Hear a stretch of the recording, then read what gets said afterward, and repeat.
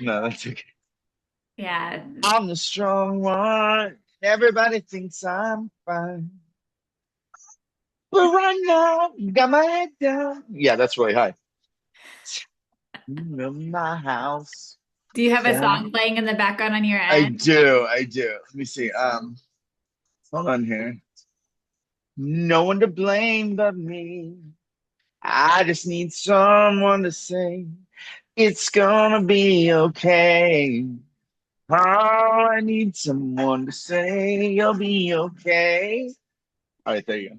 I don't think the earphones give you the music, so it's got to be weird, I love right? it. Because I think my headset will, throw the music out or like not play it, right? So Mm. anyway, Do you sing much? Do you find yourself singing much? oh God, yeah. Yeah. Um, so first of all, music plays a huge role. This is actually probably something we can get into, by the way. Yeah. We're in Um, it. We're here. yeah, right. So music plays an extremely huge role in my life. Um, so I have been 5 years sober as of the 8th of October, which I'm really excited about, and have been in recovery for 5 years. That's a milestone, by the way. And That's really good as hearing. part of that, if you were to look at my likes music playlist for the last 5 years, which is just kind of what has happened, right? As I like a song, it gets added. I think I'm up to like 282 songs or something like that, right? But if you were to start at the bottom and kind of look at the evolution of music, you can see literally the healthier I'm getting Mm. by the way that the music is coming in. And don't get me wrong, right? Um, you have artists like Pink, Demi Lovato, even Dixon Dallas, or other artists that they bring a lens, especially like Pink sings a lot about recovery. Some of her music is really spot on some of the things that you go through in those bad situations. Mm. And so, Whitney Houston, oh my God, there's a great medley that she does.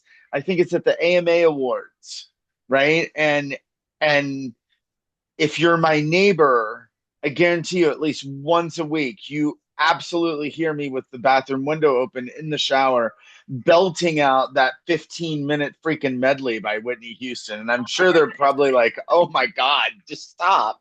But um, but I'm also the guy that like I believe music, no movement was ever formed without music. I believe no movement in our psyche or in our evolution of growth is ever probably formed without music. And I think that music can bring us into a space where anything is possible. And so that's what it is for me, right? Yeah. It's part of my routine on a daily basis. Yeah. Yeah. Wow. Ah, it is so powerful. And thank you for naming all that. Well, And I know you shared before about your recovery. So again, yeah. congratulations. I know that that is like yeah, definitely a big milestone, an important milestone. Well, and I think, let's be clear, by the way, I'm doing a talent show thing in about a week at a conference that I'm going to. And so I'm going to sing Sarah Bareilles and Elton John's. Oh my God, I'm going back to my plow. I can't remember exactly what the name of the song is. But when I get up there and I do it in my head, I will picture like 10,000 people listening to me sing, right? Because like Oh, even when I go karaoke, it's not just like Jeremy having fun. I can't do that, right? dear. Because music is so valuable to me and is so trend setting for me that I want to deliver that type of a performance for Yeah. everybody. Oh, yeah. Wow. Wow. Wow, Jeremy. I mean, so there's so many things I'm wanting to like respond to, but particularly that piece. Well, first of all, that's beautiful that you're wanting to offer that type of experience for people. And I'm just thinking about like stage fright, right? And people like public speaking and all of that. And just, just the fact that you imagine 10,000 people and many people probably try other tricks where they're not trying to imagine all of the people. But yeah, that just really says something, about you, right? And so, Well, yeah. and so here's what I picture, right? So I've never been to a concert by Taylor Swift. I've never been to a concert by Pink, right? I've seen Fun a couple times, amazing concerts, right? And what I picture in my head, I have been told is what you see at a concert with Pink or a concert with Taylor. So what I picture in my head is Mhm. all these people enjoying it with their special people, whatever that may be. Mhm. If it's Mhm. their kids, if it's their husband or partner, if it is their mom and dad, like what I picture is I have, and I believe this whether I'm speaking or doing a talent show or just, facilitating a group, I have an opportunity to captivate an audience and to get them to walk out of that feeling more whole, more informed, more in tune, whatever that may be. And so, like, that's huge for me, right? It's this huge, Mhm. and what I find is it doesn't matter if I'm giving a speech, like, I just did my TEDx talk, right? And so I do speaking gigs sometimes. It doesn't matter if I'm doing a speech. It doesn't matter if I'm doing a talent show or a karaoke night. It doesn't matter if I am facilitating a group through a very difficult conversation or a planning exercise. I believe that in that moment, I have a responsibility to the people that are there to make sure that they leave more whole, more excited, more engaged, and more, just thrilled with the experience that they've just had, Yeah. whatever it is. Yeah. Yeah. Wow. Kind of dorky like that now No, that I'm saying it out loud. I mean, it's really, really fascinating and interesting because I think I think I bring that thoughtfulness, that care, that the being able to like connect to the opportunity and when I facilitate, right? When I Yeah. am leading a group or holding a space, like I think, I'm definitely present to that. But when I think about times I've done karaoke, that has not been something that I've considered as like, ooh, that space too. I get to leave an impact. I get to offer, like something in that setting as well. So I think that's really, really beautiful that that you shared that because it's almost like that reminder that every moment, all of the, is moments that we get to impact and shape, or do our best, right, to impact, the experience that we're having, that others are having, yeah. So that's really cool. Um, Well, and Sarah, just because it was so nicely teed up for me, yeah. let me go down that road for a minute, right? So I've been in, actually, you know what? I'm going to say pause for just a second for me. Mhm. There's a reason. I'll explain it in just a second.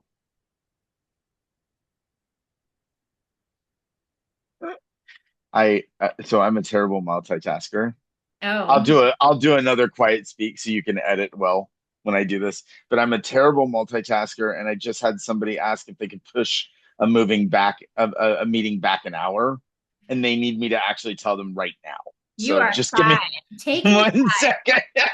take your time, and if I I am a terrible multitasker, though. It's really bad. you do what you need to do. I'm just stretching over here and gonna take a moment to just wiggle and add some movement in and like yeah. Okay, so thank you for Mhm. that. Um, so hold on. Bye. So one of the things that you really just kind of talked about when you were talking about you feeling that gift, right? And I believe it's a gift that we all have. Facilitators, change agents, people who are convening, I like to say, dialogues of real importance. And most of them, by the way, are. So I'm not negating importance of dialogue in any way, like for most events, right? But when we do that, it is the one time that we actually have to be focused on everybody else and not us. And you can actually watch it, right? A facilitator will be convening a dialogue. I actually saw this happen about 3 days ago. Facilitators convening a dialogue. He knows exactly what he is. Okay, so I'll own it. He's co-convening the dialogue with me. Okay. Okay. So as I'm listening to me and how I'm approaching the conversation, he was more of the internal client role. And so when he gets up there, he's trying to teach them and he's like, and then we're going to do this. You know what I mean? Yeah. Everybody agree? Great. Excellent. And then we're going to do this. Oh, everybody agree with that? Excellent. But he wasn't actually listening to see if they agreed, right? It was just about him and what he wanted them to agree with. And we can see that in people's things. And what the reason I brought this up, I've been through the somatic courses with you, right? You do not do that. You're so in tune with what people are bringing into that space. And noting, by the way, that I can tell as you are doing that, that it is really more about them and how you can help them get that next tool that's going to center themselves, right? Like one of the units that we talked about really helped me um be able, so I was doing some tai chi at a conference this past weekend, Oh and yeah. I thought totally about somatics when I'm doing this, right? Because he's having me go like this, Uh-huh. right? And then I don't have it with me, but there was a heart in my hand. And Yeah. so I hope this is not bad, by the way. So he had to like change the heart into this one and then, and it was just very Oh balanced, wow. right? And so I was thinking about noting that you and I were doing this call today, and I was like, wow, this is so interesting, right? Because somatics to me, there's a couple things for me. And I have to own for you again, when I walked into the first conversation, I was like, oh God, I have so many things to do. What? You want me to slow down? No, I don't have time for that, right? And but I also am a facilitator, and there's one thing more that makes me mad, which is when I say trust the process and people don't. So I have to trust my like my leader going through this, right?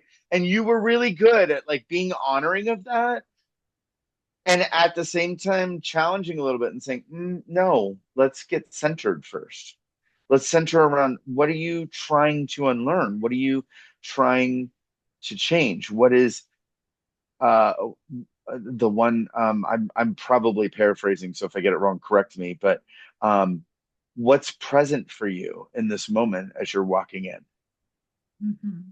right? And I think sometimes I watch facilitators who don't use that, and they're literally just like, so glad to everybody here. Oh my God, I'm so excited about everything we're going to accomplish today. I'm just really excited. And so let me just get you into your first activity. We've never talked about what we're accomplishing. We've never said to the participants, what is fresh of mind for you today? And what do you want to get out of this conversation? And I'll a really great example of this. Remember, I'm in DC, right? So the two conferences that I hosted this past weekend, or that I was a co-host for, we had to recognize that we live in an area where many people just lost their jobs, Yeah. right? And we have to be centered around that. Doesn't mean it doesn't mean that it has to control the outcome, right? But it does mean that it has to inform the outcome. And so if you don't create a space for people to say, this is where I'm at, I'm scared, right? One of the conferences was with a bunch of blind people, and the Office of Rehabilitation Services, which is the office that is designed to help people with disabilities in order to make sure that they are getting the things that they need in order to be uh, fully engaged in their work and in their education process and all these other things. That agency was gutted a week ago. And is it possible it may or may not be gutted after the Supreme Court and everybody rules? Yes, of course it is.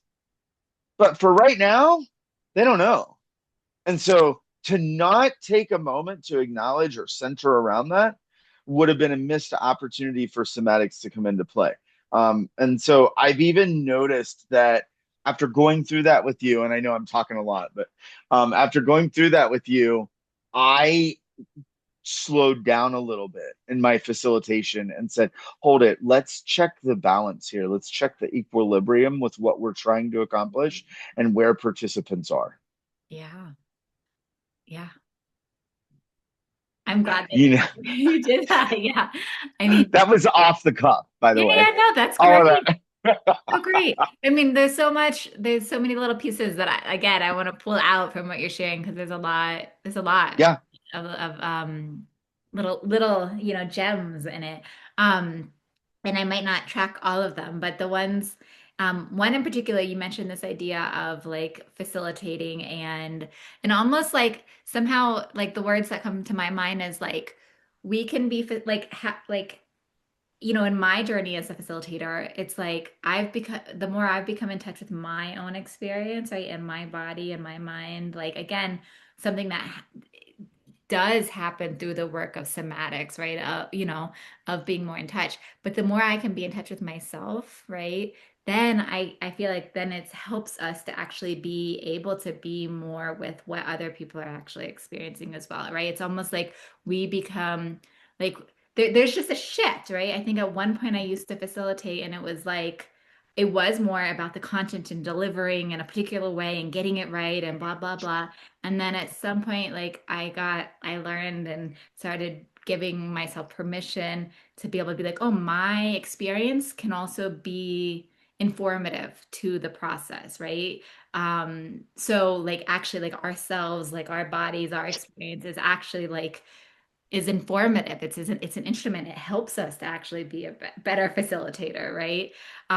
So wanted to just kind of, uh, speak to that because I think that that is something that maybe not everyone, um, is aware of, right? But it's like we can actually name it. Oh, and I think this is also something through coaching that like when you go through a coaching program, there are, particular ways that you learn how to like kind of be and operate and as a right. coach. And one of those is again, self as instrument, self as informative, right? So anyways, just wanted to name that. But like I also just wanted to come back to let's see. Well, one, you mentioned so much. I'm wanting to actually see if you want to do a little bit, just for a moment, even like some of that centering, right, together. Because you referenced it, and again, it is such a beautiful practice that can be really short, and then we can continue along and and I want to hear more about your work and what you've been learning, when you were Hmm. and went in the group together. But yeah, how does that seem That's like fine. helpful? Yeah. Okay. So again, this idea of centering, it just gives us a moment to pause, right? To check in with ourselves. And it can be something, yeah, we do on our own. It can be something that's a beautiful practice to do relate, with each other. So just even taking this moment to just kind of check in, notice our own breathing, notice the mood, that you're in, that I'm in. Notice all the thoughts, right, that are swirling, all of the to-dos, all of the everything else that's happening in this day. Just kind of letting that be here. And then starting to feel into that sense of length, right? Feeling the feet, deepen into the earth, and then feeling that stretch up through our vertebrae, up through, our back body, up through our head. Really feeling that stretch up to the sky. And really just checking in with breath, and notice as we feel into this sense of length, where can we also soften?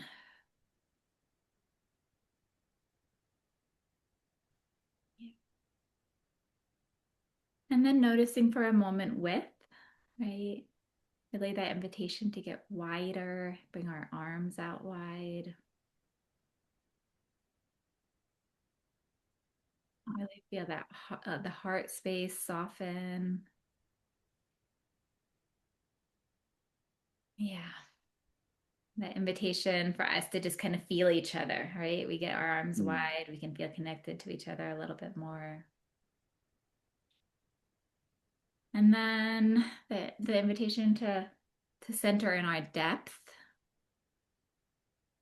So feeling our back body, feeling support, any support we can connect to in this moment.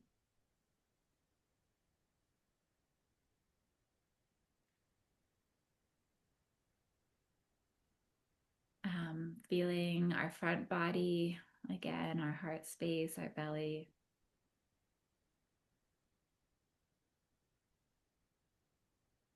Yeah. And then notice, Jeremy, noticing the last dimension, which is on purpose, right? What's your commitment? What are you committed to right now? What's important to you right now? Mm. As a way of being, as a way of softening into.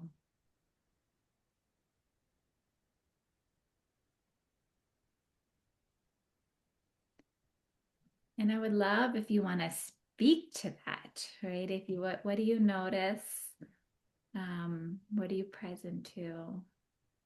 So this is fascinating to me actually, because as somebody, so I think I did this back in January, I think so. maybe February, Mhm. and I built off that work, right? I'm always doing things that are going to improve me. I can't stop, right? I think it actually relates a little bit to my organization development background, that, my whole life in career is built around like always being in analysis mode and how can we do better, right? Mhm. Um, but and you and I are gonna we're gonna host an event together on burnout in November or early December. I just haven't got you all together on that yet. But one of the other events that I'm hosting in November is on subconscious reprogramming. Oh yeah. And so it's funny to me. I don't know if funny is the right word. Ironic. I remember when you and I did that exercise in the somatics class. I hadn't been doing the subconscious reprogramming. And so I remember going through that with you, and it took me like probably half of the exercise to actually get the thoughts out of Mm. my way, right? It took me half the exercise to even come to a calm enough place where I could actually, boom, I'm fine. I can do this, right? But I've been doing the subconscious reprogramming. The whole concept of subconscious reprogramming says, let's say I'm going into a sales conversation. I don't need to go, amazing, I'm so good, right? That's not what I need to do. What I do now is I literally, and watch my body language because I want to show you this, because Okay. I think it's somatics on steroids Oh, or shit. something like that, right? Okay, so the other day I'm preparing for this podcast. It's linked in my profile if you want to see it. But I'm preparing for this podcast. I didn't know the questions in advance, and 15 minutes before, I had this crisis of confidence, right? I'm like, oh God, I'm gonna blow this. It's gonna be terrible, right? So I go into the bathroom and I do what's called the anchors. for the self-conscious reprogramming. And I distinctly remember when I walked into the bathroom. Why do we do them in the bathroom? Because you're supposed to do them in front of the mirror. It doesn't really help me, but whatever, right? We'll move on. I still do it anyway. So I go into the bathroom and I go to do my anchors. And as I'm doing the first one, I notice that I'm like bent over like this, right? So I'm already defeated in what I'm doing. You with me so far? Okay. Mm-hmm. So I go, breathe. This is who I really am. I am worthy. Did you notice how I just centered, Mm-hmm. even in my body language? Right. And so as we're going through this right now, what I'm noticing is I have worked so well at using anchors to combat that lack of worthy or lack of focus or whatever my mind may be in, right? I've learned how to use these anchors to get control of my mind. So this time when I did the somatic, the centering with you, I started noticing that I was centering earlier and that I wasn't trying to like process all the thoughts. They just were, it was kind of like, they're on their little mm, cloud and I'll come back to them later when I'm ready. Yeah. Yeah. Right. And so, um, by the way, in case you're curious, I rocked that podcast. Absolutely rocked that podcast. So you should go check that out. That's awesome. Okay. Yeah. We'll definitely have to link that. And yeah. And what do you talk about in that podcast episode again? Just So briefly. it's all about changing culture Okay. and doing it in a measurable way. Okay. Cool. Awesome. Yes. That's great. Awesome. That's great. I But love yeah, it was very interesting, right? Because I found it was easier for me to just boom, I'm gonna go right into somatics, we're gonna do the centering, and that's gonna be my focus right now. And then we'll come back. Yep. Yep. Yeah. Yeah. And I mean, for others listening, when I started centering, like, it took some time to be able to like, yeah, as you're sharing, Jeremy, to like, not have the thoughts be so present, right? And through something like the process you're describing or something else, it's like we just get to slowly, have it get easier, right? Slowly be able to like not have that be such the like focus, right? Oh, now I can focus on other things, right? That's still there. The thoughts are still there. Oh, but over time, like through practicing, something like a centering practice or, what you were describing, we can Hmm. it can get a little bit easier to like tune into, oh yeah, like tune into the body, tune into a sensation, tune into like entering into a little bit more relaxation or whatever that is, right? So, yeah. Um, so Jeremy, so will you share just briefly like what you do, like kind of what are you passionate about? I know you've mentioned, some different pieces, but like, just for folks who are listening, like, who are you? What do you do? And and then if you want to add like how have things shifted, as you've kind of been opening up around this like kind of somatic, exploration, right? And that may have been when you joined the group, or it may have been before that in whatever ways you were, practicing connecting to your body more, right? Somatics, broad, there's many ways to think about it, but for me, it's like mind, body, spirit, more mind, body, spirit connection or integration, right? In Yeah. the West, right? And here it's like dominant culture is so it's disconnected. Mind and body are so disconnected. So somatics, right, is this process of like, oh, there's all this information, right? It's like not just our thoughts, not just our, you know, um, our intellect, but right, we can be informed and we can slow down and that can actually be helpful, right? Mm. And so yeah. So, all right. So I'll take a step back first of all and give like the who am I piece, and then we'll come back, right, to your actual question because there is a relationship there that I think is really fascinating. So, in my day job, I'm a senior learning and development organization. Jesus, let me try that again.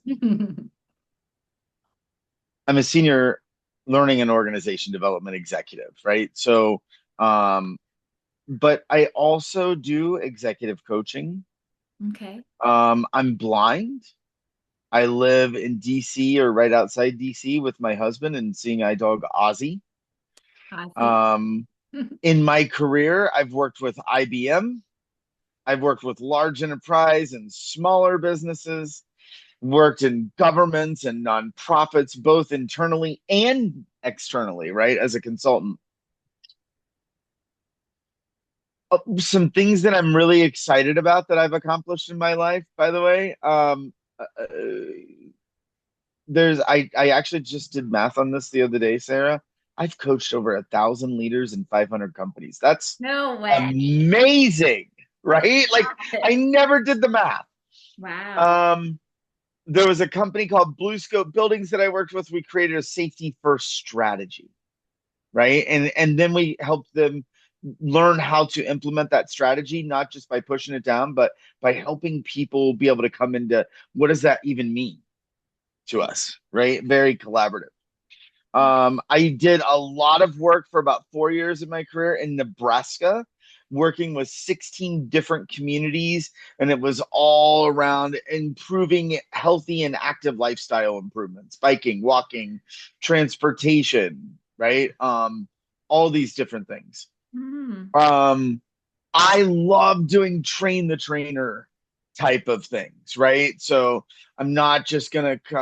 Don't get me wrong. I do training, and I do a lot of it, especially in sales and um, I like to say efficiency and growth solving challenges, right?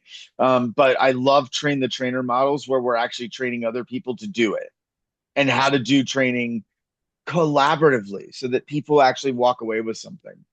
Mhm. So I've done that on the corporate, level.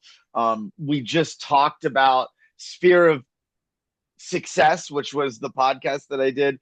Literally did 4 different podcasts in the month of September. That is a first for me. Um, and at the same time, I'm always so, kind of launching my TED talk, right, on growing your leadership and your impact. Now, what I say to people, and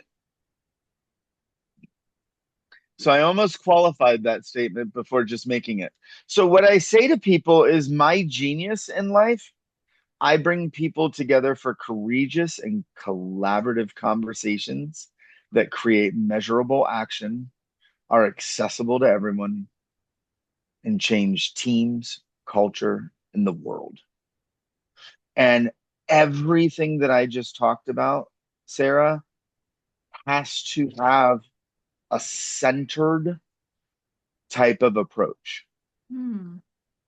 So when we're looking at how do we convince Nebraskans in a community of 1,500 versus a community of 200,000 to think about what does it mean for them to have a healthy, active lifestyle, right? And one of the things that you made me think about earlier, and I'm so glad that I actually can come back to it now. So when I started that Nebraska project, I was using something called whole scale change. Whole scale change is dependent on us as a design team creating a draft strategic plan and then bringing it to the community and saying, what do you think? And how can we implement it? Right.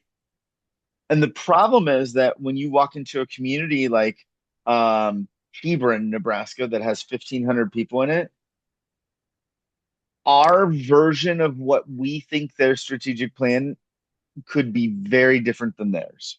And that's exactly what happened. So we tried to use that same approach when we went into Hebron.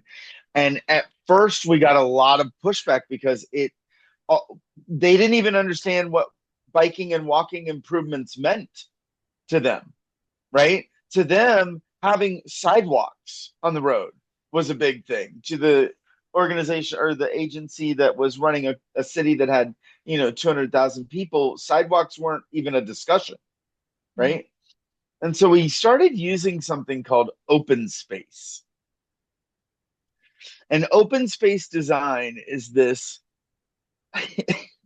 it's basically anybody can put a topic up and we have different groups around the room that are hosting various topics. And from a facilitator standpoint, you really have to be able to see what's happening in the room in order to manage it and to feel confident managing it, right? Hmm. For me, that scared the crap out of me because I wouldn't be able to see it. And Yeah. what happens if I don't remember, right? What happens if I'm not centered on this activity? Let's say the day before I was really stressed out.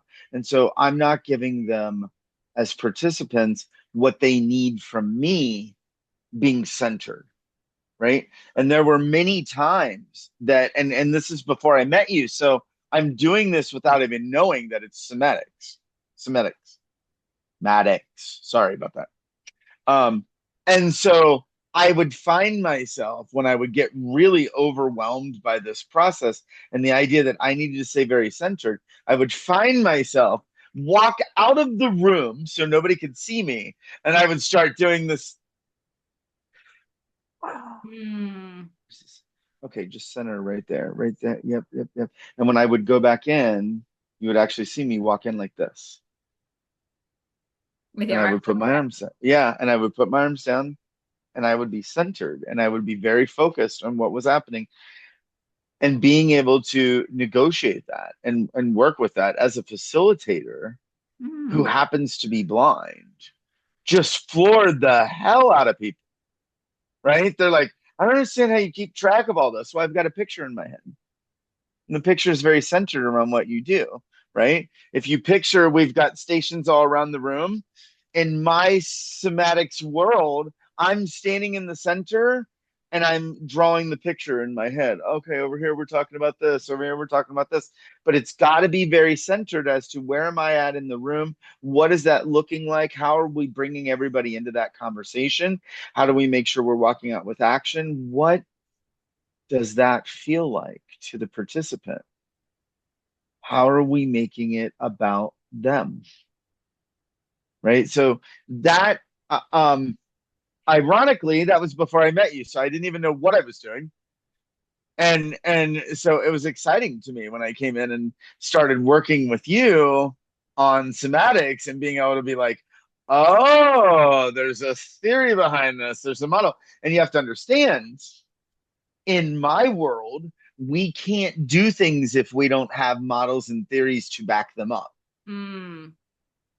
So it helps me to be able to put that model into place and say, no, this is going to work, and here's why it's going to work. And it's going to because it's a model that has been researched and proven and used, right? Hmm. Or a best practice theory, however you want to say it, right? Yeah, absolutely. Absolutely. And, I may have said this when we were in the group together, but like somatics is not, like the term might be new, right? But Mm-hmm. the work itself is ancient, right? It's it like predates so many other types of, systems that exist, because it is again about this wholeness that our bodies and our minds they naturally know how to do, and um, Yeah. so and again, I think there was that beautiful quote that I would reference a few times that I may have referenced from Prentice Hemphill, who was a somatic practitioner, and it's essentially something to the effect of, historically like groups knew how to dance and move and do all these things to sync up and to like integrate with each other and to like allow ourselves space to integrate with ourselves. So what you were describing just a few moments ago about going into the hallway and taking a moment with yourself, right? That's Mm-hmm. like pausing, slowing down, feeling what you're feeling, like kind of, and then, and then being able to then bring that to then the rest of the session, right? Mm-hmm. Instead of continuing to kind of just operate from more of like a maybe a freeze state or a like panicky state or whatever it is that sometimes happens when we're facilitating, right? Like but those moments to pause, slow down, right, kind of Yeah. uh They're you know so critical. They're so so critical. critical. And even, I don't know, your experience in that moment of going into the hall, but I imagine as you were telling your story, I was like, oh, I might, if I were in that situation, have had the moment where I started like, yeah, like feeling like I was going to make a mistake, right? And then like that panicky, that panic comes up, right, in my Hmm. body. And then I'm just Hmm. trying to cover for that if I don't slow down and like maybe be like, oh, I can feel my heart, I can feel my belly. It's okay. Like let me remember that it's okay if I mess up. Let me remember that it's okay to teach, to use that as like a way that I'm teaching through like modeling that. Like that's a value that I believe in is like it's okay to mess up. Like, like I want, so it's like, oh, how do I remember that, even in this act of being a facilitator, right? So I think that that's so that actually reminds me of some work I was doing with the Green Corps Chicago. mhm. And we were halfway through our first exercise, and it was one of those where we designed the questions based on the information that we had. But when people started talking about the three questions in their group, as I'm walking around the room, and I do this a lot, right? I mean, you're taught to do this when you're doing small group activities and small group facilitation. Your job is to listen to the room, Mhm. right? And as I'm walking around the room, I'm hearing things like, God, this guy doesn't know what he's doing. These questions are not fucking working for me, Mhm. right? And I remember the first time I heard it, I was like, oh, you know what? I'm not even going to get into a battle with them today. Not going to do it. Just trust the process. It'll be fine. And then I went over and I'm listening to another group, and someone's like, this question is really distracting to me. I don't understand how it fits in. And I'm like, whoa, whoa, whoa, whoa. Did I just make that about me? It's not about me. It's about them. Let's check the other conversations. What's going on there? And I'm hearing these common themes, right? As I'm listening to these people and their small group methods, their small group conversations, they are talking about this one question that was so distracting for everybody that every group is focused on it.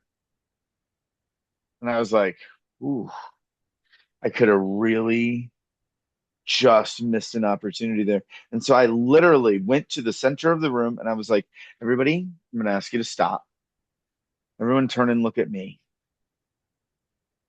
And I was like, so that second question, that's not working, is it? No, we're so glad you said that. Okay, great. So give me 10 seconds. Boom, boom, boom, boom. Okay, here's what I'd like you to replace that question with.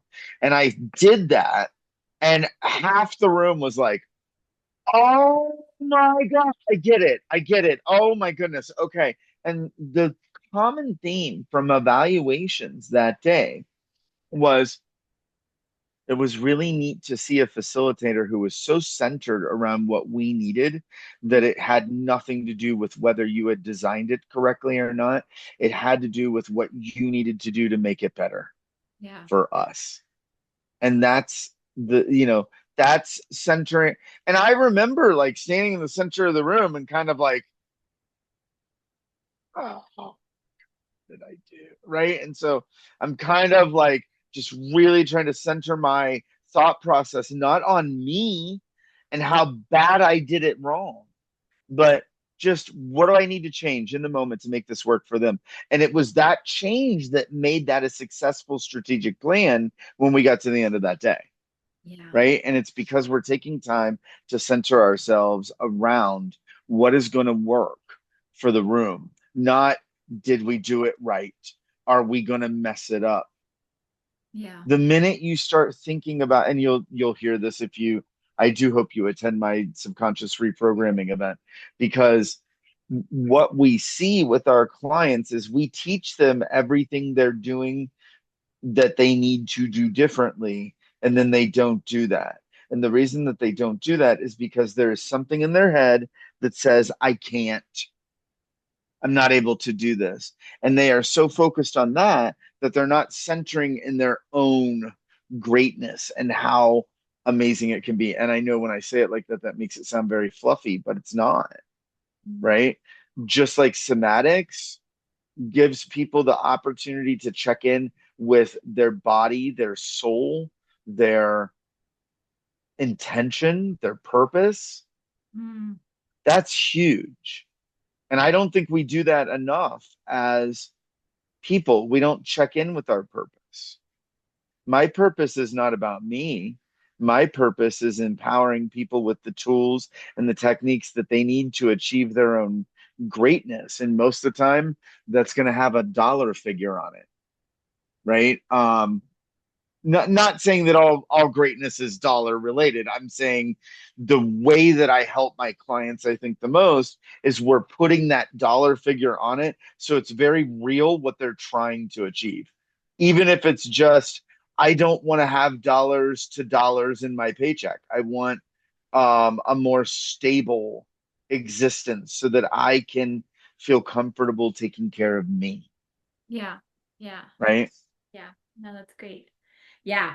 No, that sounds like a really fascinating conversation. And if the date works, sometimes I will definitely attend. Of Because course. yeah. Yeah, I mean that's yeah, and I won't go too much on the sidetrack on that because but I think it's definitely fascinating. So I wanted to do a quick time check. So we're you know these conversations we're kind of you know we're I was thinking more like a half hour, so we're about the 45-minute mark. So we are beyond that, which is fine. But I do have a few more questions. So I wanted to see if you're good to keep going for a little bit longer. We won't go past the hour, but if That's you fine. Okay. Um, so you spoke, okay, so you spoke of your purpose, or you spoke of like a commitment, you know, to the community, to the people you serve, right? To your Mhm. clients. And I'm just curious kind of to go back for a moment to even when you were in the group together, I feel like what was that personal commitment you were working through? Like what had you say yes to the group at that time? And like what then were you like kind of discovering and getting to practice for yourself, right? That then has now continued to help you show up in the way you want to show up, you know, with others and with you know, with making the difference that you're making, you know, with people. So Well, is so that clear as a question? yeah, a little bit. Yeah. So Like, what no, did you it's have to remember and learn for yourself, right? Like, what did right, you, right. you know? I I think so. First of all, what made me do it, I think, was the first part of your question. Okay, yeah. What made me do it was you asked, and I was like, "Oh, somatics. Let's find out more about this. That would be Okay. cool. I could afford to do it." And at the time, I was really struggling with balancing taking care of me versus taking care of the team that I had and the work that I was doing. And so I think maybe a little bit of it is looking for new tools and new things that I can include in the things that I do, right? Um, Now, what I was really working on for myself, I would say you were the so before I could do the subconscious biohacking that I do or the subconscious, reprogramming that I talked about today, Yeah. there were three things that I had to know. First, I had to do the therapeutic work to find out what my own hangups were, Okay. right? And that comes from being able to do talk therapy and conversations around understanding yourself and raising your awareness of yourself. Somatics was one of the tools that I used to actually do that. So through the somatics work, what started to become very clear to me is there was something that was holding me back from achieving my own equilibrium. Mm. And I wasn't for sure what that was. Right. And so part of that was being able to have that piece. And I distinctly remember being in a conversation, I want to say with someone on, I call it my learning and development team, right? It's my learning and development team. So therapy is part of that. Things like somatics and other techniques that I learn along the way. Meditation is part of that team, right? The subconscious reprogramming. It's all about Jeremy's internal learning and development, Yeah, right? yeah. Okay. I can't I can't tell others to use me as a coach if I'm not willing to use coaches, right? I mean, that's just the bottom line, right? So I remember being in a conversation with someone on that team, and I was really struggling with why every time I would walk in somewhere and the person was more educated than me, I went into it not feeling like I had value and just trying to seek the value that they had. Mm. So I live in a very I live in Fairfax County, Virginia, which is the oldest, I'm sorry, which is the wealthiest county in the world, not the country, by the way, the world. I'm not that wealthy, but we live here. And most of the people that I come into contact with in the area of the country that I live have really like Ivy League degrees, right? They either went to Harvard or Princeton or Yale or blah, blah, blah.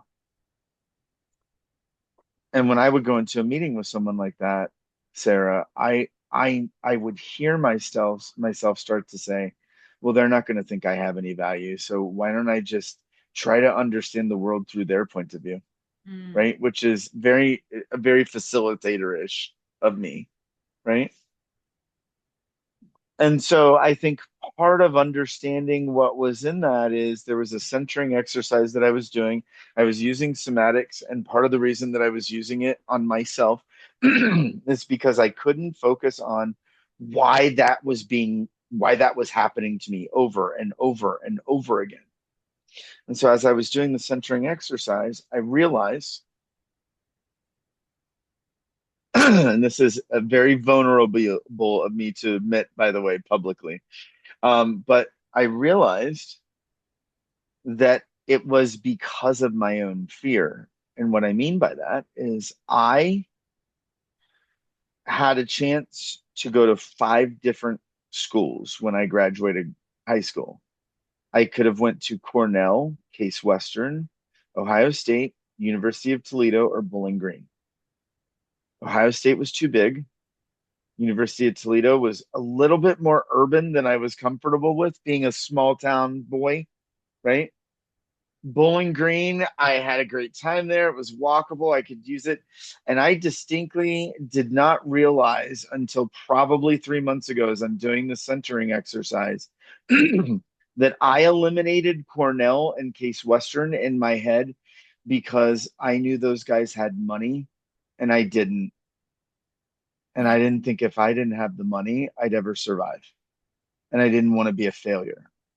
Mm, And mhm. I carried that Yeah. through the rest of my life.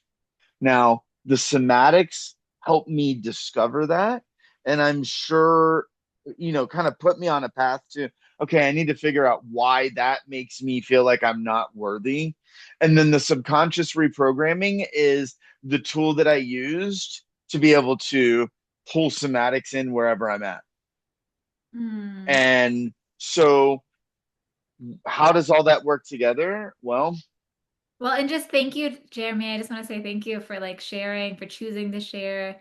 I feel like what you're sharing definitely I can relate to your, to the vulnerable piece you just brought in around class and, and the ways that we make those choices to protect ourselves, right? And then like the opportunities later at different phases to maybe be at a different place around it and to be wanting to work with it and to, heal it or, have a different relationship to some of these earlier like ways that earlier ways of that we got conditioned to certain things. So I'm sure yes, others will that will touch and relate, people will be able to really relate to what you're sharing. that's uh, right.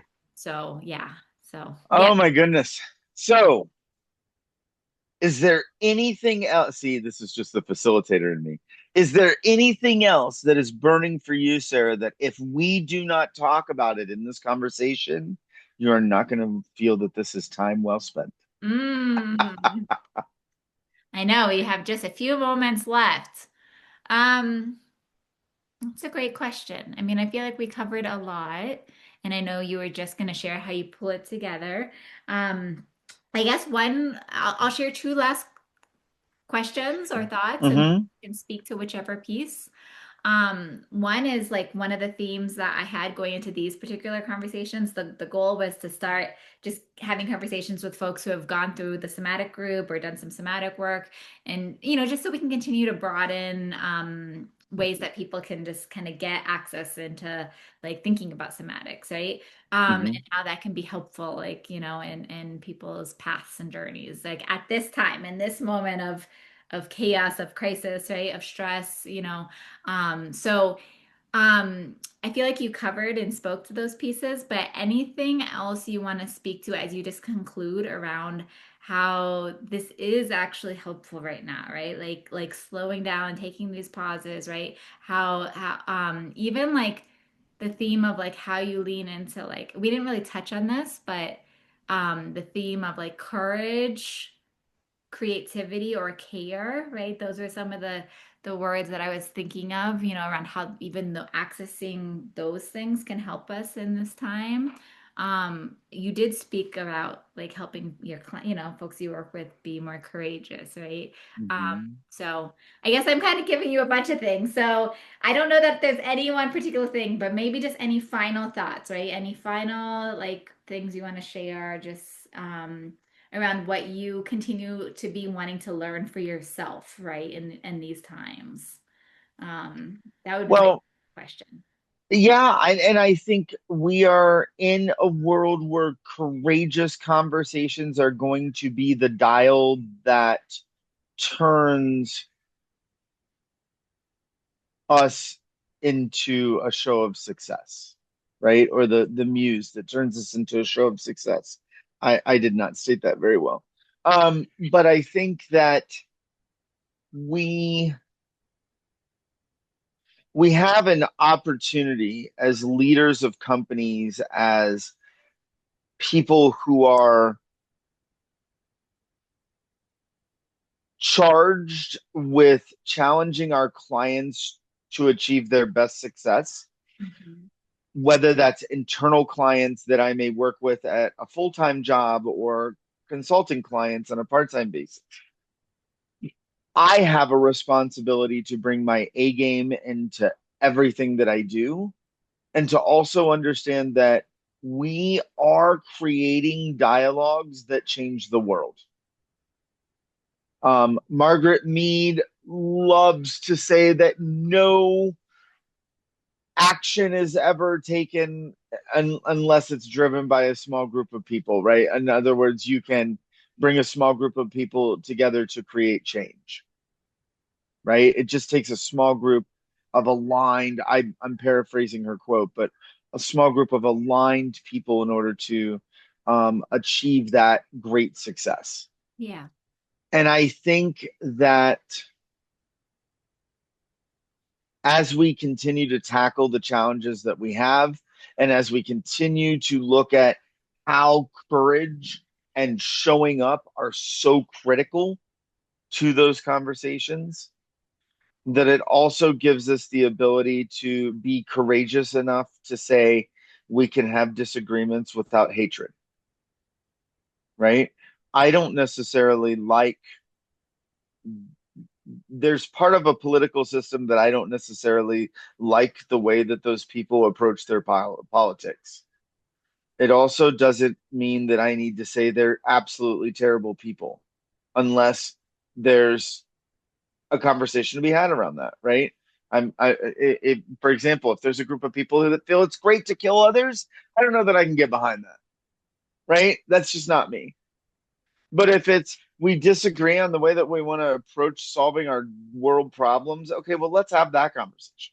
We need to be courageous enough and centered enough in our purpose and what we're trying to achieve with each conversation to stop the unhealthy dialogue and the unhealthy conflict.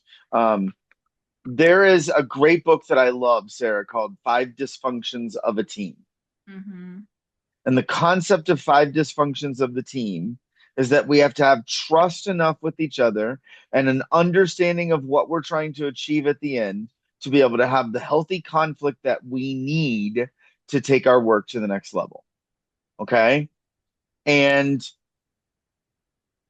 what I see from my vantage point in the world is that we spend a lot of time arguing over judgment instead of helping people understand how those judgments get made and what's driving those judgments.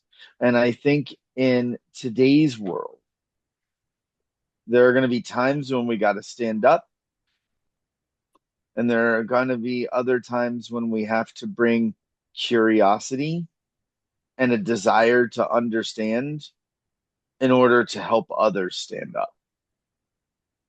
And so, I balance that every day, right? In my own world and what I do, but also in how I show up. And if I am tapping into the power of somatics and what that taught me, then that means purpose is at the center of what I'm doing. And it's really important to make sure that the conversations I'm having are centered around that purpose. Hmm. And that means my body language has got to be like that, right?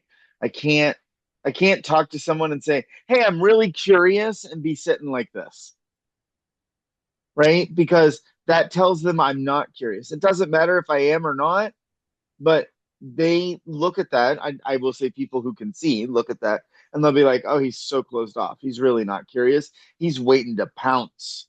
So he's trying to manipulate me." Yeah. Yeah. Right? And what I do is I always try to remember that somatics. I'm here. I want you talking to me right here and right here. This is where I want you.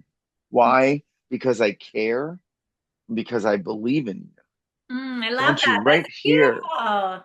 That's beautiful. That's really beautiful. I love that. Um, Okay, well, thank you for that. Yeah, I feel like, that is something that continues, that just keeps that word courage just keeps drawing my attention these days. It's like, how do I cultivate more courage? How do we cultivate more courage, like, because I just feel like, yeah, like we need more of that. We need to, like, be able to notice what gets in the way of that, what those vulnerabilities are, right? Right, Whatever right. it is, but like so that we can just tap in to a little bit more courage, so that we can be doing things, that and yeah, and being able to stand for those values that we hold, right? In these times. So, thank you so much, Jeremy. We've been chatting for a while, like there's so much good, goodness and so many like beautiful pieces, in this conversation but yeah, I will link, and share your contact information and that podcast that you shared. But Mhm. yeah, I'm so glad, to have this conversation and to keep coming back to this, right? To have these opportunities to just keep coming back to this, in different ways. So thank you. And Of course. yeah. Stop the recording. I've got a couple questions, Okay. but I don't want to. Yeah. Yes. All right.